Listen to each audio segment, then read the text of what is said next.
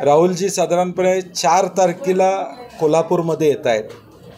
4 तारखेला संध्याकाळी कसबा बावडा भगवा चौक येथे छत्रपती शिवाजी महाराजांच्या मूर्तीचं अनावरण 6 वाजता संध्याकाळी होईल। कसबा बावडा लाईन बाजार परिसरामध्ये आणि कोल्हापूरमध्ये छत्रपती शिवाजी महाराजांची मूर्ती बऱ्याच वर्षांनी या ठिकाणी बसते आणि त्याचं उद्घाटन राहुलजींच्या हस्ते आम्ही प्रामुख्याने करत आहोत। अगदी घरच्यासारखं कणीदार खमंग म्हणजेच गोकुळ तूप।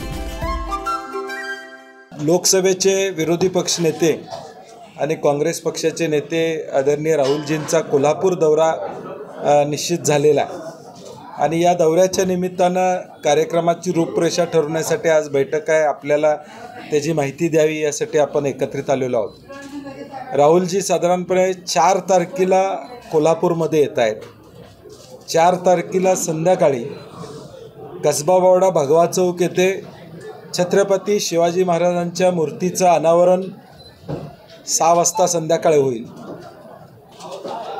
तो एक भव्य दिव्य कार्यक्रम त्या ठिकाणी असणार आहे, कारण कसबा बावडा लाईन बाजार परिसरामध्ये आणि कोल्हापूरमध्ये छत्रपती शिवाजी महाराजांची मूर्ती बऱ्याच वर्षांनी या ठिकाणी बसते आणि त्याचं उद्घाटन राहुलजींच्या हस्ते आम्ही प्रामुख्याने करत आहोत। 4 तारखेला हा कार्यक्रम झाला की राहुल गांधीजींचा मुक्काम हा कोल्हापूरमध्ये असणार आहे।